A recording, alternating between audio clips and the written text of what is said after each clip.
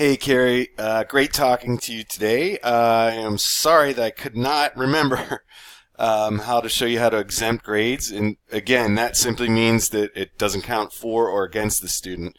So I created this quick video for you. So go into your course, go to grades, and then you go to enter grades. Grades, enter grades, and your assignments will pop up. And then go to the particular assignment that you want to focus on those 8 students we talked about to have them exempt. And then you can scroll down, and here's the exempt button.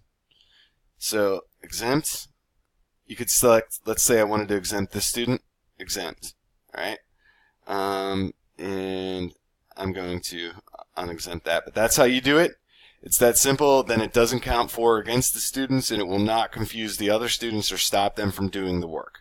If you feel like, again, that it's not a valuable assignment for all your students, then you, by no means you have to require it from them either. You can make them all exempt. Okay?